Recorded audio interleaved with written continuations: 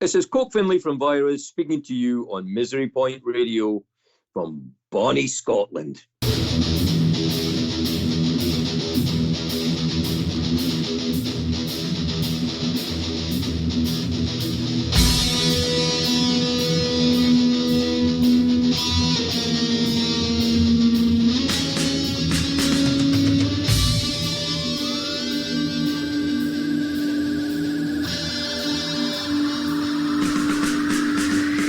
Welcome back. Thanks for joining me again on Misery Point Radio. I'm sure you're all in quarantine right now, stockpiling your ass wipes and rationing your hand sanitizer while preparing for the apocalypse. For fuck's sake, wash your hands and stop touching your face. As if your face wasn't enough to make somebody sick already, I know mine is. A face for radio, for sure. And while the topic of viruses is hot on everybody's mind, today we're going to talk about a different virus. One that will no doubt infect you to the core, one that will leave you thrashing around on the floor like a raped mutant, or like someone who's been raped by mutants, rather. I'm, of course, talking about old school UK thrash band, Virus. I got a chance to chat with Virus frontman Coke Finlay about all things Virus. He graciously spilled the beans on the upcoming release of their new album, Evolution Apocalypse, which marks their first full-length album in over 30 years. We also chatted about the origin of the band, the controversies surrounding those early shows, some of the epic artists they played with and been influenced by, their relationship with Combat Records, and his perception of the music scene as it's evolved or devolved over the last 3 decades, depending on your point of view. To me, it's always interesting to get the insights and perspectives of those that have been in the industry for a long time, especially from those in a different part of the world. It's really cool to see how people in bands change over the years, both personally and professionally. We also took a deep dive down a rabbit hole regarding the rocky relationship between Coke and some of the members of the original lineup. So this is sure to stir up a hornet's nest. Put on your combat gear, slather yourself in sanitizer, and prepare for battle. Because the evolution is, in fact, upon us. Now get ready and check this out. Well, hey, Coke, thanks for joining me today on the show. Welcome. I appreciate you taking the time to talk with me all the way from Bonnie, Scotland. You're very welcome, Mike. Pleased to be here. Awesome. Well, how's things going over there in the UK right now? Shitty. Everybody's buying toilet roll because they feel like they're going to the toilet. And hand sanitizers have ran out in shops and all this sort of shit. I know. How ironic is it, incidentally, that we're talking about a virus from a dude in a band called Virus? Oh yeah. They're all out there. They've all posted up their little comments. If Coroner and Virus go on tour together, will it be like Coroner Virus? That's amazing. Yeah, maybe you could get like Anthrax to join you, because I remember years ago here in the States there was a bioterrorist dude that was sending out anthrax in the mail and people were opening it up, and then I remember Anthrax was like, holy fuck, do we have to change our name? And of course they're like, nah, we're not going to change our name, I think I remember that. I remember that vaguely. It was crazy, and I mean, it got blown up to the point where, obviously people were freaking out about it. It really only happened like 1 or 2 times, and it was very isolated incidents with very specific people. But still. And then, here, every year, we seem to have some kind of a crazy outbreak that the media blows up to, insane proportions. And, not that it's never a big deal, but, you always wonder how prevalent it truly is. So yeah, it's probably, a lot of these things are man-made. Yeah. And they're actually made in some fucking laboratory that, there's just something's leaked out into the fucking atmosphere. Yeah. And we're all suffering because of it. Yeah. Well, you get a lot of people in the world that have a lot of crazy ideas, and, from there it just goes to whoever, wherever, you never know. So exactly. Cool. Well, we're going to talk about some cool stuff that's way more interesting than all of this craziness in the world. We're going to talk about your upcoming album. But first, if you don't mind, I kind of want to dig into some of your history, because as I was telling you earlier, I am kind of a fan of the old school. And there is some crazy stuff in your history as I was kind of reading and doing some homework. So the origin of the band itself, was it formed in Scotland? Was it formed in England? I don't really understand the whole, UK as a whole versus the individual territories, but give me the lowdown on that. Okay, let me try to put you in the picture here. It was formed in 1986 Right. by two people. They came from an old punk band called Criminal Damage. Okay. Which had a moderate success in the UK, let's say, and that was Henry Heston and Tez Kaler. They brought out a demo called "Pray for War," which was mediocre, to say the least. It was back in the early 80s, so it came out in 1986, and it eventually became "Pray for War," the first album, Virus. But the production was done in a friend of mine's house, Yasmin Hanif, who's actually over in the States now. Is a guy from Brighton, who's like he's a wizard guitar player, an incredible guitar player, really good friend of mine. And he did a lot of the guitar stuff on the first album, especially the solos. But they decided not to have him in the band because he wasn't white. Holy shit! Yeah, and he had an afro, and I thought this was absolutely despicable. And they said they wanted a white guitarist in the band, and at those times, the racial tensions in the UK were, like pretty sort of like brushed under the carpet because there was none of this political correctness these days. But you know what it was like in the 80s yourself. And people could get away with fucking murder saying things like that. And I think somebody said in an interview, why isn't he in the band? He said, well, because he's not white. And that was really despicable because the guy is an absolute fucking gem of a guy, and he's such a fucking brilliant guitarist, and he's a good producer, and he's a really good friend of mine. And they shat on him, but I don't think he really wanted to be in the band anyway because he was well above that, in my opinion. Right. But so I'd known him for a while because I used to hang about the 100 Club in London, which was the big punk scene back in the early 80s, late 70s. There was a big punk scene down there. Anybody played in the 100 Club. And those two guys I mentioned, they approached me and they heard that I was a guitarist, but I wasn't really very good at that time. I was kind of just sort of starting out, playing a bit of Discharge, playing a bit of GBH, Sex Pistols, that sort of stuff, maybe a bit of Clash. Well, Clash was pushing it probably. But I wasn't really very good at all, and I knew it. And They said, well, we went back to my squat that night because I was squatting in London, and they liked what they heard, I think. And a few months after that, they got in touch with me. He says, how would you fancy coming down to down the south of England for an audition, see what you think? If you could learn the whole demo, then that would be cool. So I learned the whole demo, went down. And then I said, well, I've got my idea playing solos. Will I just play the solos that Yaz has already done?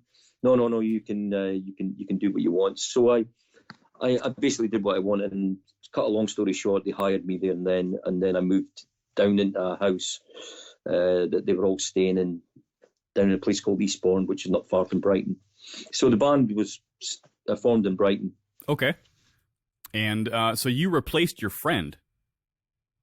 Yeah, I didn't really know him at that time.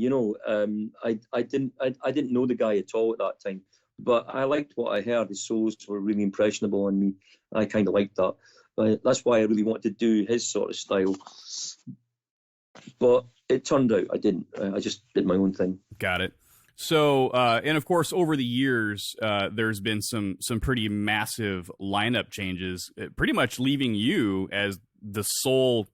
Well, yeah, for that is because they thought the sun shone out of Henry Heston's arse, and to me, the only thing that came out of his arse was the same thing that came out of his mouth, which was shit. If you get my exactly. Yeah, and he decided that enough was enough, and they'd leave. That the band we finished there and then. I tried to get the rest of them to reform again and, you know, like basically start the band up again and let's do this. They weren't interested. They said there was no virus without Henry Heston, which was a lot of shit because he was the worst singer I'd ever heard in thrash metal. Yeah.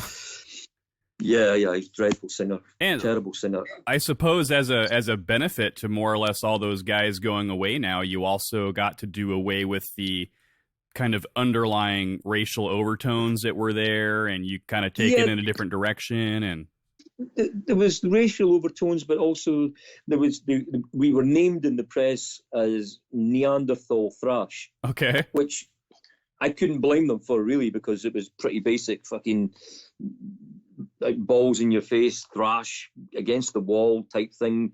Discharge was all the thing that these guys were into, and I was into more technical stuff. You know, I was listening to stuff like they were listening to the same sort of stuff, but they couldn't actually play it. There's a difference, right?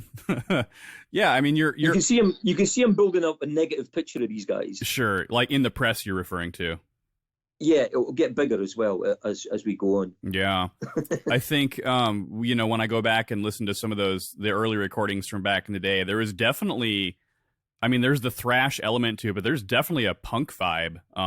You know, and it's it's like fast and it's raw, and I mean, there's tons of, you know, chugga thrash metal stuff, but the fast unmuted power chords, and I'm kind of reminded of, like, you know, old school, you know, DRI or Suicidal or SOD or, you know, some of that stuff I kind of hear coming through, which, but on the amateur side. Yeah, on the not making money side, stuff like that. As you can imagine, there's not a lot. No money in metal, that's for sure. And in fact, even in the music industry as a whole, I think it's a struggle for people that, you know, kind of keep it going. It's like, man, this is really, people don't really realize how much work it takes just to keep a band together, let alone the logistics of, you know, doing shows and going on tour and recording albums and scheduling everybody's, you know, stuff so that you can all coordinate. It's way harder than it looks. Unless you're the big four. Unless you're the big four. Yeah. You know, so early on, you guys, as I was reading, I was laughing, and there's a lot of stuff online, but you guys had a reputation for being really loud, really rowdy, really out of control. And from what I understand, a lot of your shows had fights break out. The cops were getting called all the time. Tell me about that time. Yeah. I just want to make one thing clear. I've tried to lose that stigma for the last 30 years. And, you know, it might be a problem. It might be because, like, people still hold on to that stigma of the band being a bunch of rowdy, aggressive guys who just want to fight with their fans. Then it's a different animal these days, totally different animal. The aggression is left to the and you music. were kids too. And we were kids, we were young, we were naive about the whole fucking thing. Basically, because like we didn't really know what was coming, and we didn't really sort of rate ourselves really at that time. We didn't really rate ourselves compared to some of the other bands we heard in the UK, who were starting off then and sounded a hell of a lot better than us. But it was like I think we got our aggression out on stage, and you know, if a fan tried to grab a guitar or something like that, they usually ended up them getting a nightstick in the head. And from you or from somebody else? From one of our roadies, but it would end up right at the end of the show that the fans would be looking for us around the back. No.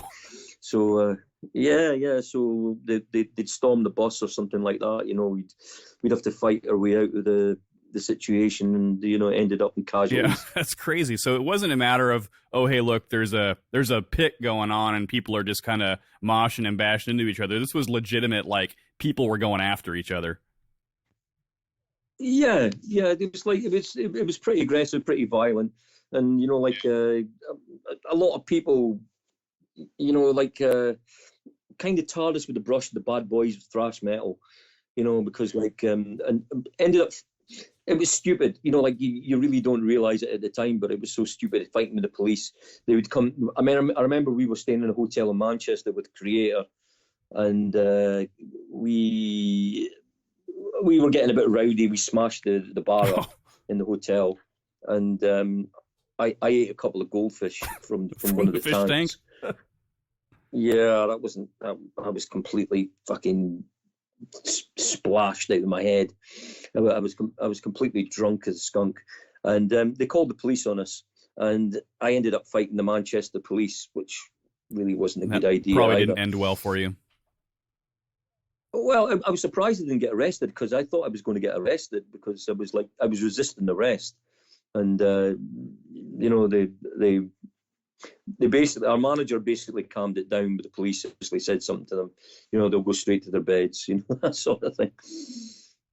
Crazy. Well, of course, like you said, that was back in the day. That was just old kids getting rowdy, and probably at that point, I also would assume that as your reputation for that kind of grew, then it preceded you, and people started probably going to shows expecting that, and hence, just for that expectation alone, things happened. Well, yeah, it was a catalyst, really, because it was a catalyst to the end.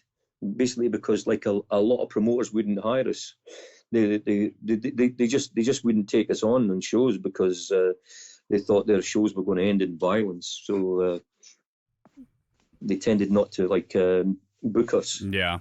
Well, that's a killer right there for sure. Well, you guys, and it's kind of stuck with us in a way, I think, and I think it's people look into it too much. Yeah, it's true. I mean, we have a tendency, and I'll throw myself on that fire as well, that sometimes your morbid curiosity gets the best of you, and you just really want to hear those details, even though it's probably best left in the past. Yeah, I don't mind talking about it. I mean, like, if people need to know about it, because it was part of our history, so it's... Well, back in the day, also, you played with a ton of killer bands. Some of my favorites. Yeah. I mean, the list goes on, but I'm reading this and I'm like, Carcass, Napalm Death, Suicidal Tendencies, Creator, Nuclear Assault, just bands that are iconic, that are still around. And I think of like the early grindcore days, like the Earache era, especially with like Napalm and Carcass and Brutal Truth and stuff. So I'm looking at that, and for a band such as yours that kind of had a less than glamorous, we'll say, startup, how did you end up getting hooked up with all those bands? Mainly because of Combat Records, because we were on Combat Records in the 80s. We were the only UK band to be on Combat Records. So yeah, you guys, you had a chance to tour with some pretty awesome bands. I think I read more than once that Suicidal kind of popped up a few different times over the course of your career back in the day. Yeah, we played with them 3 times now. I love Suicidal Tendencies, man, and just like and I like the way they progressed as well. Because they came from like hardcore roots, punk roots, and then they became something like something that's indistinguishable with punk, and then it's come full circle, because the stuff now is like old punk, which is pretty cool. And I come from that era. This early Suicidal Tendencies, DRI. Black Flag, all Crumbsuckers, Circle Jerks. Yeah, that's Dayglow Abortions. Man, you're throwing me back. I'm feeling nostalgic now. The other thing I liked about Suicidal was that, like you said, they had a hardcore sound, they had a punk sound, they had a thrash sound, and as they progressed, they actually, as musicians, they became really, really technically proficient. And I remember Rocky George, the guitarist, is fucking beast.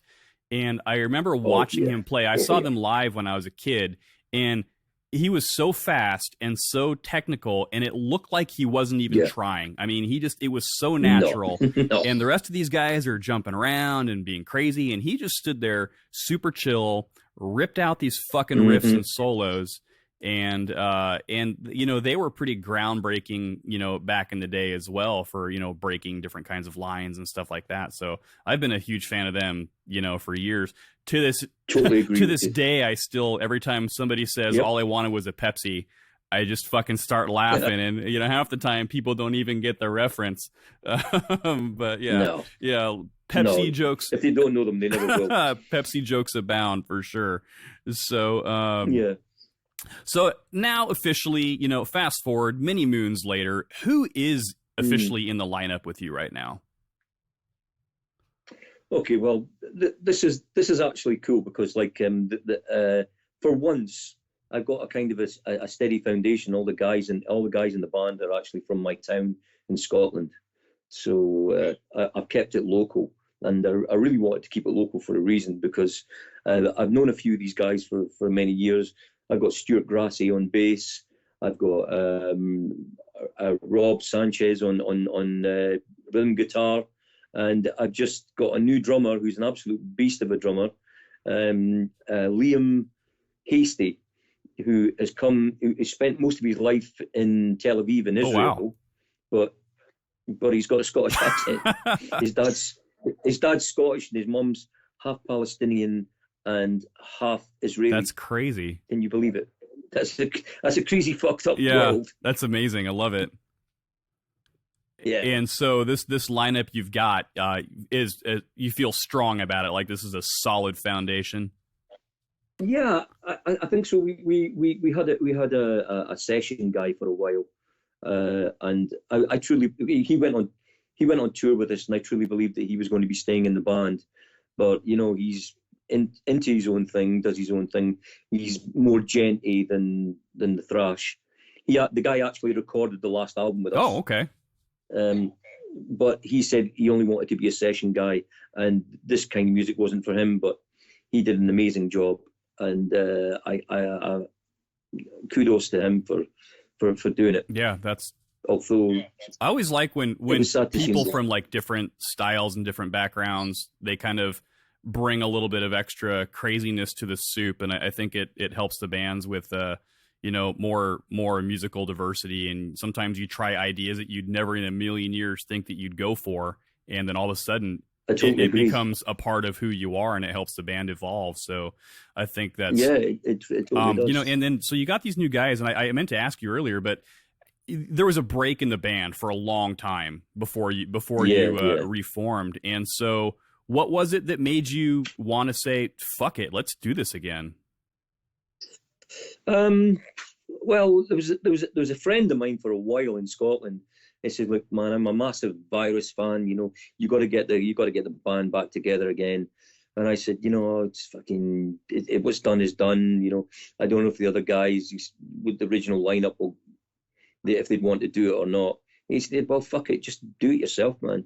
And at the time, I heard a young up and coming band called Gamma Bomb, who were coming through the ranks, and they were big Virus fans, and they kind of pushed me as well to go back to it. I suppose the guys from Gamma Bomb, Joel Graham, he asked me to do it. I said, well, fuck, why not? You sound a bit like us. Yeah. So external forces giving you the inspiration. Yeah, but I mean, it was always there. I mean, I was still playing the guitar. I mean, I was playing other stuff. I was playing kind of rapcore stuff for a while with a bit of solo stuff in it. I suppose you could call it. I don't know if you've heard a band from France called No One Is Innocent. They kind of popped up for a little while. I'm not familiar with them. They're kind of Rage Against the Machine, and I mean, guys were getting at that rapcore thing, okay. and listening. I was listening to bands like Downset, you know, Biohazard. That type love of stuff. Biohazard.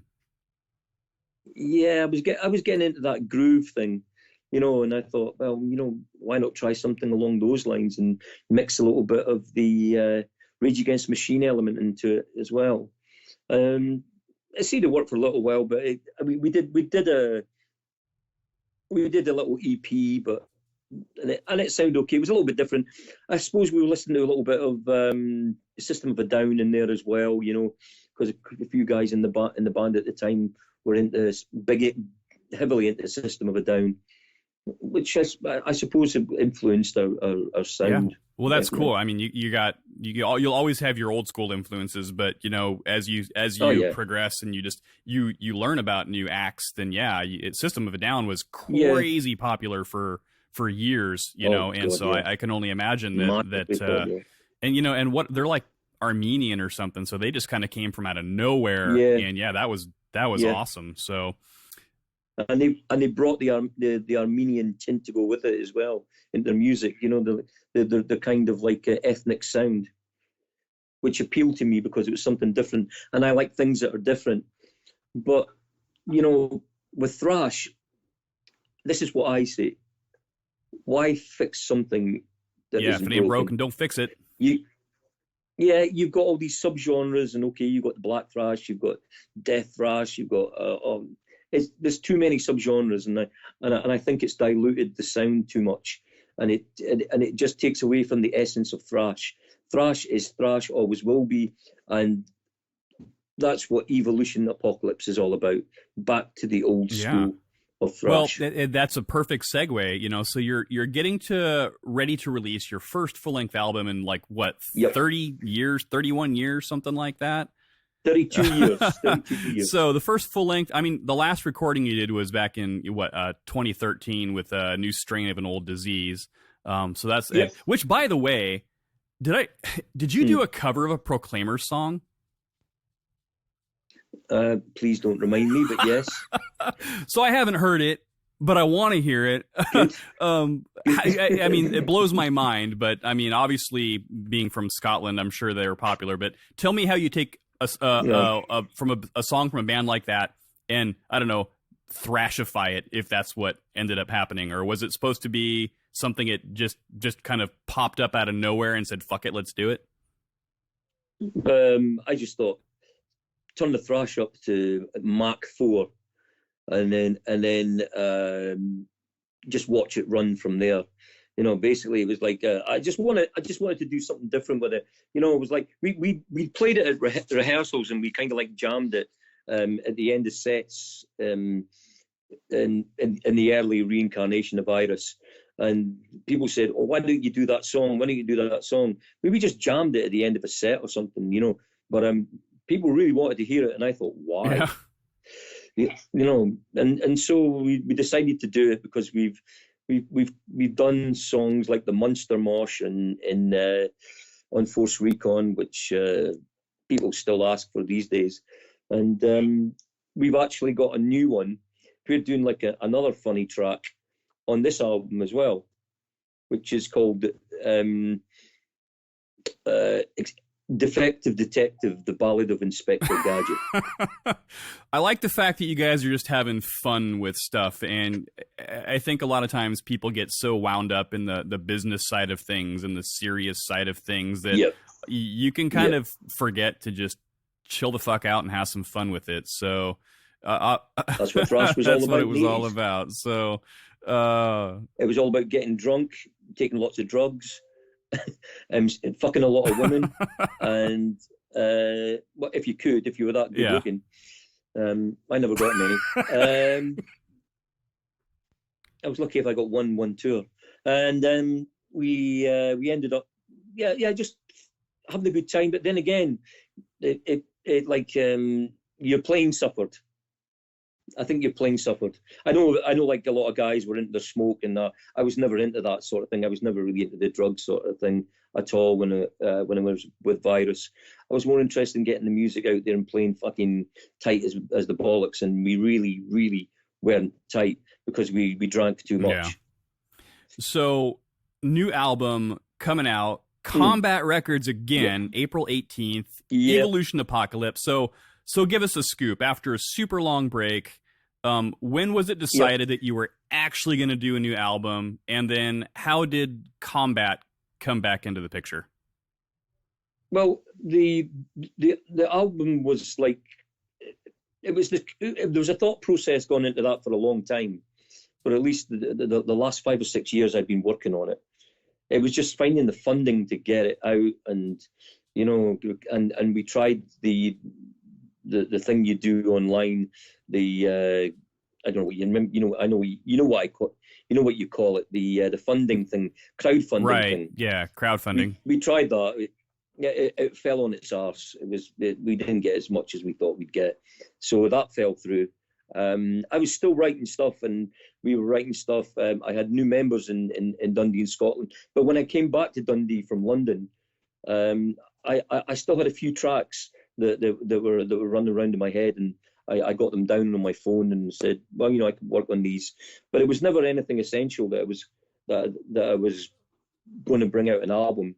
That all came about because the first 2 tracks sounded that good. I thought I could do something with them and actually make an album. And I was listening to like really old school at the time. I was listening to one of my favorite bands, Violence. Yeah. I was listening to them constantly. And a lot of people, they think, well, Eternal Nightmare is their best album. I don't think that is their best album.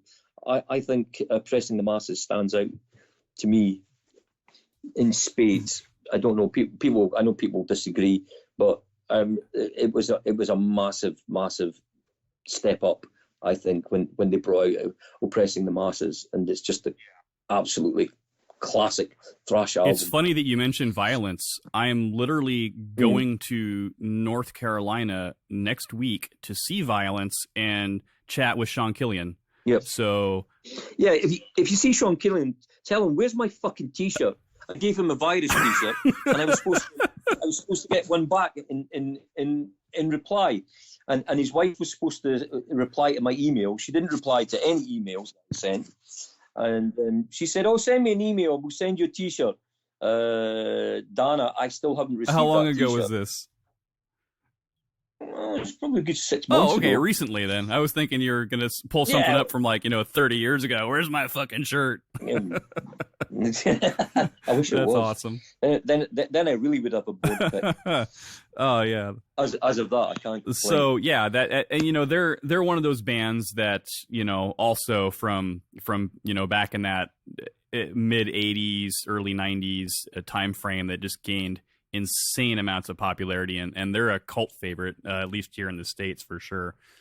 So you were checking out some new material. You've been working on this album for a while, and you decided, hey, let's just fucking do an album. And then you contacted Combat, or did they hear about it and say, what the fuck you guys doing? Well, I didn't actually contact Combat myself because I didn't think they would be interested, to be honest, because it's now Dave Ellefson's baby. It's his company, along with the CEO Tom Hazard, who is Dave's vocalist in the Ellefson band. Yeah, in the Ellefson band, and I honestly didn't think he would be interested. But my bass player got in contact with him, Stuart Grassi, and Tom is a Virus fan. And and he really was interested to get us back because Tom's old school, like us. He thrives on the old school stuff, and he said, "Yeah, we'll sort something out if you're interested. We'll get a contract made up." And that's basically it. He was interested straight off the bat. Yeah. So I even got a message from Dave saying, "Welcome back to the family." That's cool. Fucking cool, man. Yeah, it was. So what's different about your approach to this album than, say, the ones you recorded, 30 something years ago? I think my approach to the album is my standard of playing is a lot better. I pulled some guys in to play on the album. My very good friend Carlo Redigas, who's the ex-guitarist of Carcass. I saw your post where you were recording some solos, and he did a guest solo on there. Oh man, the guy's a beast of a guitar player. He's the meister. Old school, neoclassical stuff. You can't go wrong with Carlo. He really is, as we say over here, the dog's bollocks. Yeah. So you got some kind of newer influences going in. What about your approach to, say, lyrical content or, song titles? It still seems pretty like you can look at that and go, okay, this still feels like Virus, right? It doesn't seem like there's any kind of a drastic departure and going off in a completely new direction. It never will do, because we've always been into this apocalyptic end of the world scenario thing with mutated beings and aliens and with the war we've got the war themes all through our songs. So once that's been rooted in my psyche, it stays there forever, and I've just played on that ever since, because it's always been a fascinating subject to me anyway. Yeah, kind of a sci-fi take on things, if you will. Well, I love sci-fi and I love horror, and we had a song called "Raped by Mutants," which is it's a dedication to the film "The Hills Have Eyes," which is a really classic film that's still to this day insanely popular. Exactly. Yeah, that's awesome. So, from what I've heard of the new material, I mean, you're still holding true to the old school sound, but there's definitely, for the lack of a better word, I mean, there's more, I guess, polish and technicality to it. Would that be a fair assessment? Some might say that. Some might disagree with you, depending on how you take it. Your old schoolers will definitely say, yeah, this is a bit more technical. They've gone a little bit more technical this time. They've gone a bit more groovier. There's quite anthemic passages in there as well. And then you'll get the new schoolers who say, well, it's not like Havoc, and it's not like Skeleton Witch. It's not like I don't know, some of the technical bands that are out, Vector or something like that. It's not meant to be technical thrash. It's thrash through my eyes and what I've been brought up on, and it's the way I see thrash. If it's technical to people, then that's fine. Then I'm happy. But I never really wanted it to be technical. I want it to be musical, and I want it to be like people appreciate it as thrash and undiluted 100% thrash. Yeah, and that it is. And it's I was laughing, and I didn't see the whole thing, but apparently somebody posted some shit on your site and you took it down, and somebody was causing a bunch of fucking hate and discontent on there. What was up with that? That's jealousy. Yeah. That's jealousy. Was that another band, or was that just some dude who's a fucking purist from back in the day? No. This is a new schooler, a young whippersnapper, little arsehole with an attitude, because his bands are no hope or going nowhere at any time, anyhow, anyway. Yeah. And it's like, it's these little what I like to call the internet trolls who see fit just to pick up on anything, and it's because I think it's with a new little, what I call the baby thrashers in Scotland, is they have some sort of clique. There's a clique going on here, whereas like they all stick together, they all play each other's gigs. Virus has never once been asked to play any of these gigs in Scotland that all these little baby thrashers put on. We've never once been asked to do it, and because I said in a post, somebody said, for this, I'm not going to name names, but a certain band was going to be wanted to play on our bill, and I said no chance, and this became an uproar. Well, who are you? Who are you? How big are you?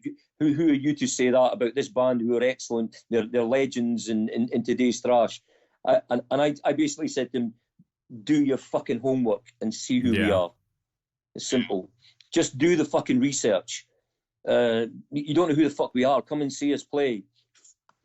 Honestly, it's just ignorant. It's just ignorance. Sheer fucking ignorance. Yeah, that's crazy. Well, did you guys produce this new material yourself? Did you bring on anybody else to kind of help with that process, or is this completely a Coke project, for lack of a better way to put it? I don't like to say it's a Coke project, because it's a combined effort.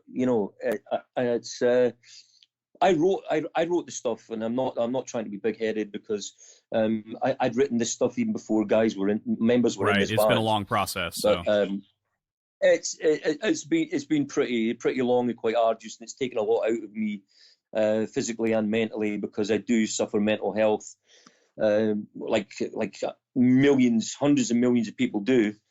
It's a lot harder when you're a musician, because you have expectations, and when you don't meet expectations, it comes crashing down on you, and you don't think you're good enough. You don't think you're good enough for this world. I've had a few things where I posted on Facebook, it's time to go, bye, see you later, this world's not for me. I've done all that shit, you know, and I completely resent it, because, you know, the posts I got back were like phenomenal, you know, please don't give up, you know, and even like strangers give me their phone numbers and saying, look, fucking get in touch with me. That's awesome. You know, because it is a current issue, you know, and you've got to address it. But like, you know, getting back to it, it was a project of mine, like this album. I had this idea for it ages and ages ago. I mean, I'm going back 5 or 6 years ago, but I think it's a combined effort, because without these guys, I couldn't have done it. I couldn't have done it physically, because this album has taken 8.5 months to record. Where'd you record it at? And we recorded it in DM Studios in Dundee. A really good friend of mine who's a really good producer, a guy called Harris, produces a lot of the bands here, and he did a great recording of it, and then it went to Richard Easterling in the US Combat Sky, and suddenly the level of production has just gone through the roof. I mean, the guy's a fucking genius when it comes to producing things. I mean, he's produced for Amuse, and he's produced for American Head Charge. So and Toxic, not Toxic, Teutonic, some band, I can't remember the name, but they're he's got a history, and this guy really knows what he's doing. And of course, he's Combat's guy, who's like recorded all the Ellefson band stuff. So you know the guy's good. Well, it's going through the proper channels to make sure that they're gonna get. I mean, they're gonna represent it. They want to get the best product they can out of it. If we're gonna speak strictly as a business model. Of course, they want the best from this. You know, they want this to be a decent album, and I think it's the best thing we've ever done. And I'm not just saying it because it's our last, the last release we've had, because I like other releases, but I've really put everything I possibly can. I don't think I can give out any more, because, you know, as you get older, you tend to slow down. I tend to speed up. Well, speaking of Combat Records, you had mentioned earlier that you were having some problems with some members of the original lineup, and in fact, you're still continuing to have problems with them today. So yes. Let's just spill the beans, man. What's going on? Tell us what's up. Okay. What happened was that Combat wanted to re-release Force Recon, the only album that was released on Combat, and the manager, the CEO of Combat, got in touch with me and said, would the other guys in Virus be interested in re-releasing it? I said, well, you better ask them, because it's not going to be released without their consent, okay? And he's like, yeah, he will get in touch with them. I was told that he got in touch with them, and he got their consent for Force Recon to be re-released on the Combat record label. What I noticed on Facebook was that the old members of Virus were reforming the band in the States, and there was something they put a Facebook page up. They are the biggest bunch of untalented motherfuckers you could ever meet in your entire life. I systematically my back is broken with you know, like holding them on my fucking back, carrying their weight. Long. For carrying their weight. What they've done is they've ridden on the shirt tails of the success that I've had with Virus. They're trying to make it something that it's not. They will never ever come out with an album as good as the album that is coming out in a month's time. They will never be able to do it. They could not play the old stuff with Virus that I wrote, they will only be able to play the album that they wrote, because the album Lunacy is too technical for them. They haven't picked up a guitar in over 30 years. I've been constantly playing, but they're riding on the shirt tails of my success, and they're profiting on it now. And I have to mention this, that they actually put on their Facebook page that they were signed to Combat. Now, Tom Hazard at Combat was absolutely furious about this, because they are not the Virus that is signed to Combat. You know, I meant to ask you about that, because I was on their page and I was like, hold on a second, this is not the fucking lineup that I know of. This is an old lineup. So I just assumed that they had old shit posted that never came down. But the reality is they're still trying to operate as Virus at the same time that you're operating as Virus. They are. It's a sham, and it's a mockery of all the work and the effort that I put into it through the years, and all the hard work that I have put in. They basically just thrown shit into my face, and I'll never forgive them for it. And there's no love lost about it. So their incarnation of Virus has no deal with Combat, correct? It's got no deal whatsoever with Combat. They have nothing to do with Combat at all. They're managed by some guy, Felix Warburton, I think his fucking name is. He manages them or something, and they were talking about doing a tour. They'll never fucking do a tour, because they'll only be able to play that first album. And so, the love is there. I can feel it. The love is just oozing from my fucking body. Right. So are they currently, as we stand right now, 2020? Are they out there performing and recording as Virus, or have they renamed it? Or nope. There is nothing recorded. There's no live gigs. There is nothing on their page. Absolutely nothing. There's no promotion, no live thing. I just see T-shirts and I see a lot of fucking bump on their page, and a lot of fucking big fat mouths opening up and no words coming out of it. That's crazy. That's all I see. Yeah. Fuck them. I mean, if they want to do this, then we'll get Combat involved in it, and we'll see where this goes. Yeah. Well, I mean, you had attempted back in the day. You were reforming that. I asked them. Yeah, that relationship, it never happened, and so you carried on, and you've been carrying on. So I would assume that by default, it's been out there to the world that you've been out there as Virus, performing, recording, doing media, doing interviews, doing all this kind of stuff. Yeah. And so I fail to see where they could come back in and all of a sudden say, never mind. We're going to do this without him, and now we have our own project. It doesn't make sense.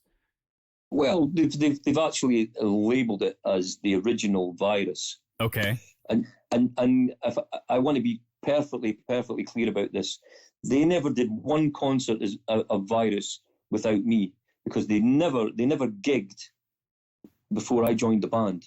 Right. When I joined the band, they started gigging, because they needed the guitarist to gig. Yeah. And it was only not even a year after they did the demo that I joined the band. So it wasn't like some huge great gap before I joined the Virus. Yeah. It's annoying. It's annoying to me, but at the same time, it's frustrating, because I bumped the band up. Right. I've done all the PR for the band for the last 10, 12 years, and they've just come along and hey ho, instant success, because the band's name is synonymous with the thrash genre. Yeah, especially in your area. Especially in my area, yeah. Especially in the UK. Yeah. And so are they kind of running out of the UK, or are they kind of doing the stateside? They're doing the stateside. Okay. So I guess see pictures. I see pictures on the website where the original members have been over at the States, but all they've done is just fucking drink beer and probably eat shit. So how does the average fan, how do they keep you guys apart? If somebody's looking online or checking out shows or looking at media, what's the best way to know, who's who? Well, basically, if you just go onto YouTube, we've got hundreds of videos on YouTube of us playing all over Europe and all over the UK. There's even one video of us playing in Scandinavia, but YouTube's probably the best bit where everybody looks for everybody's music. Yeah. I don't think we have a Vivo channel, but I don't dig into all this fucking corporate bollock shit. Sure. Where you've got to pay fucking Vivo to have your fucking videos on there. No. If you want to see a video of Virus, go onto YouTube. Awesome. Well, there we go. That's a word of caution to everybody out there. There's some fucking imposters out there. Opening up a whole can of root bars. That's right. That's a big, big, big can that you just opened. So I guess we'll just have to wait and see how all of that craziness plays out. In the meantime, all you can really do is just, keep moving forward and keep doing what you're doing. So now that you're an old fuck, are you approaching the business side of stuff a little bit differently than you did, say, when you were a kid? Are you taking a little bit more seriously and thinking about elements that you hadn't thought of in the past? Well, you've got to, because the music industry's changed dramatically in the last 30 years. You've got to look at it from a business point of view, because if you don't, I hate the word. It's a money thing. I hate people saying anything to do with the money, or when promoters speak to me, we got to talk about cash and things like that. It's, well, I don't like talking about the money, but I just want to get our fucking product out. I'm more concerned about playing bigger festivals. I really want to do an American tour, but if fucking the virus stops us, it stops us. But I really want to get over the pond and play there, man, because that's where it's at. And the competition over there is it's 100 times harder across there than it is here, because we're one of the pioneers of the UK thrash scene. But in America, we fucking minuscule. Yeah, it's compared to the metal scene here is still very healthy. And especially on the coasts. Over on the East Coast with, the Carolinas are very big in the thrash scene. And of course you've got, Florida with Tampa and death metal, and you got New York with punk and hardcore and death metal and thrash. And, over here on my side in Seattle, we've got a whole ton of different kinds of genres going on. So, well, you've got a resurgence of the thrash thing down in the Bay Area in San Francisco. For sure, well. Yeah. Because you've got the Bay Area Strikes Back tour with Testament, Death Angel, and Exodus, and I went to one of their shows, and my God, it took me back, and it was because we toured with Death Angel, and it just brought it all back, and I thought, fuck, these guys they deserve to be where they are, because their music is phenomenal. I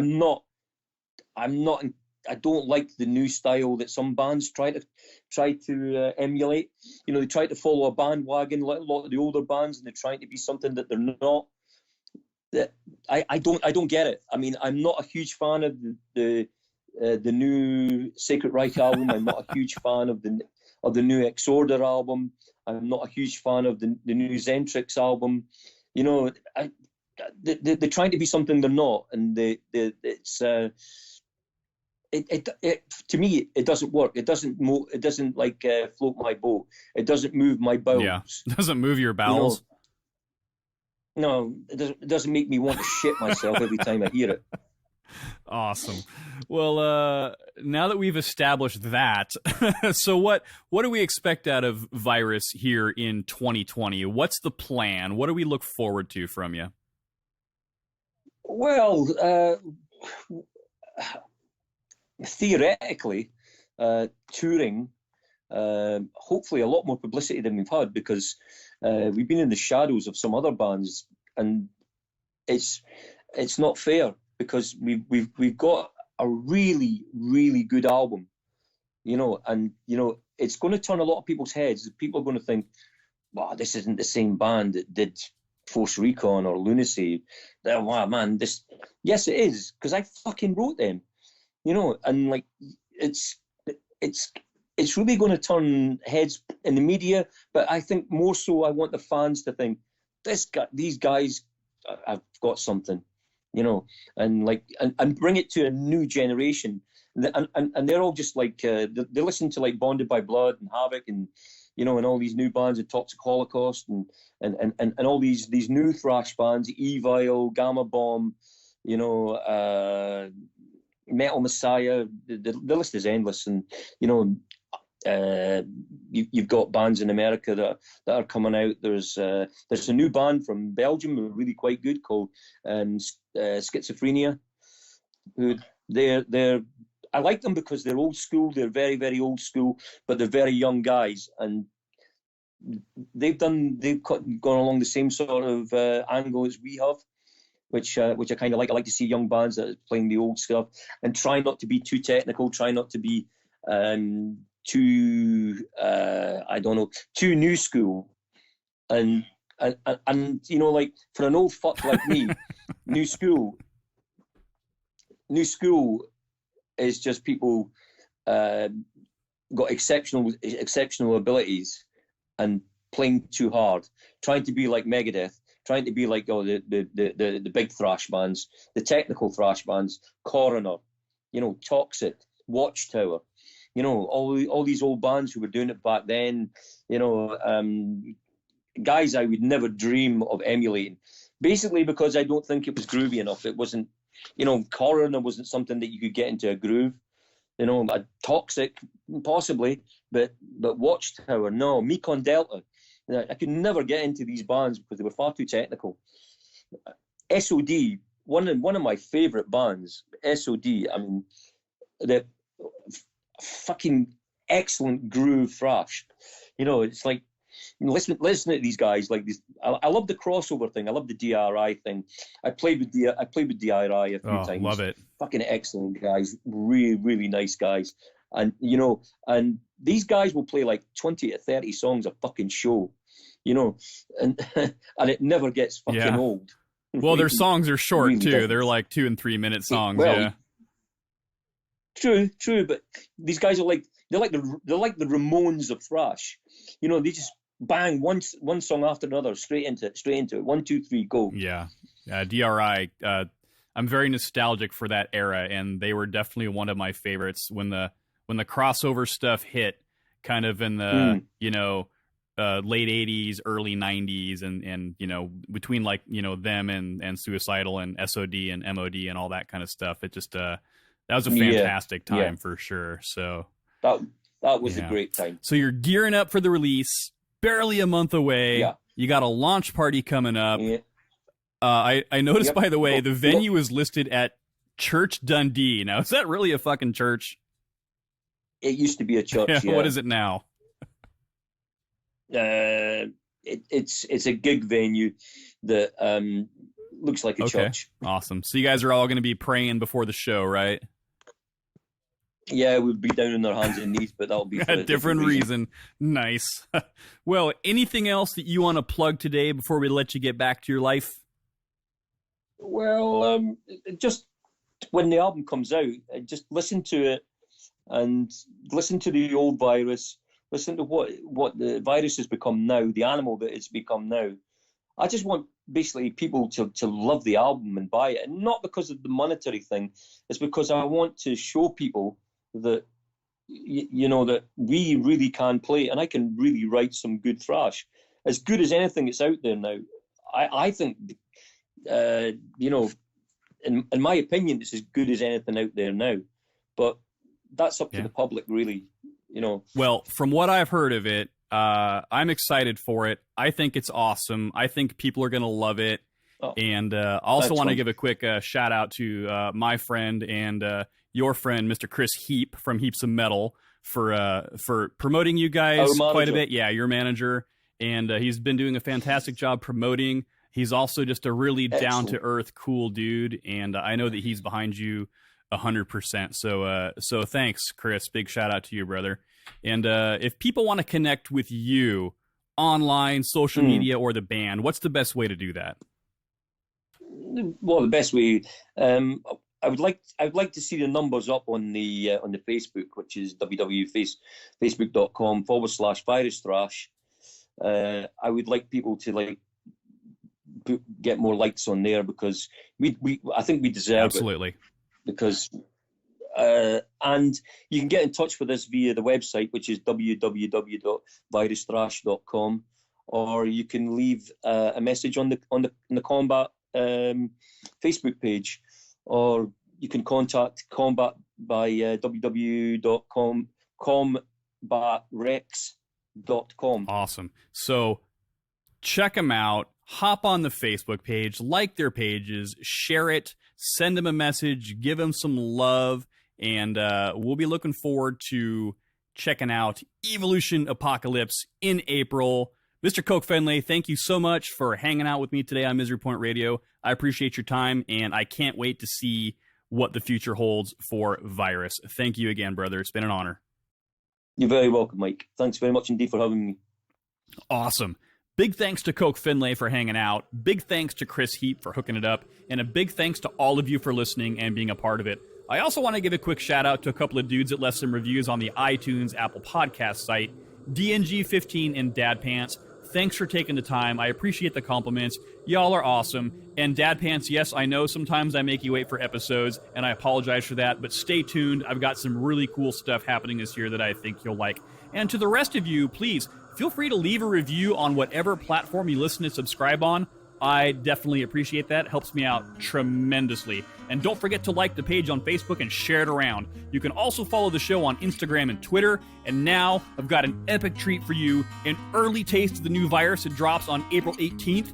Here it is, the title track from Evolution Apocalypse. This one's called Evolution.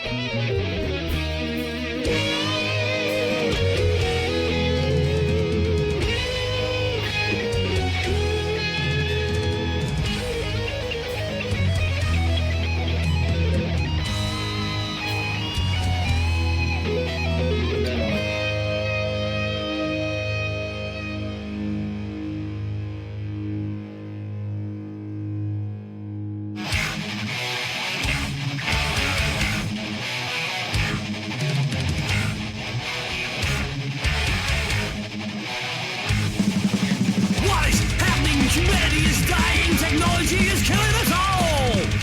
A voice from the future sent to teach us of being no longer denied.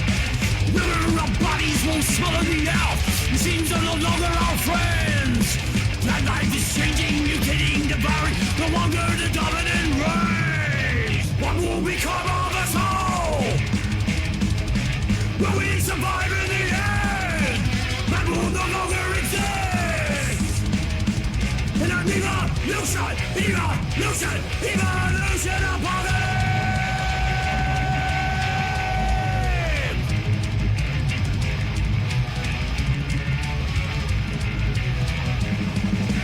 Mountains of chaos, crushing the darkness, summon my guns of the dead.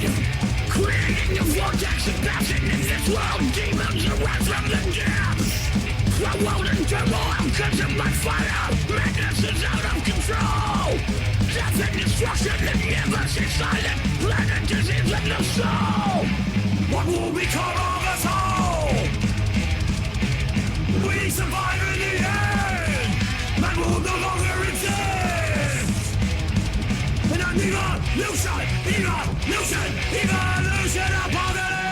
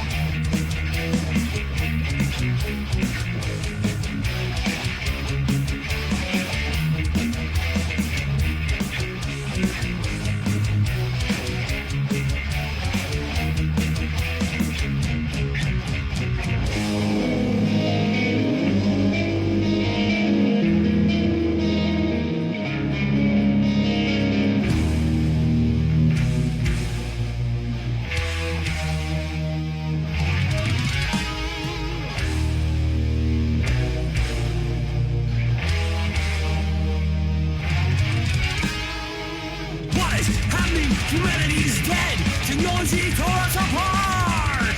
Now is the future a chemical wasteland? Beings mutated too far. Nuclear disaster. The air is tainted. Toxic levels too high. Life is depleted. No resurrection. Death of the planet is nigh. What will become of us all?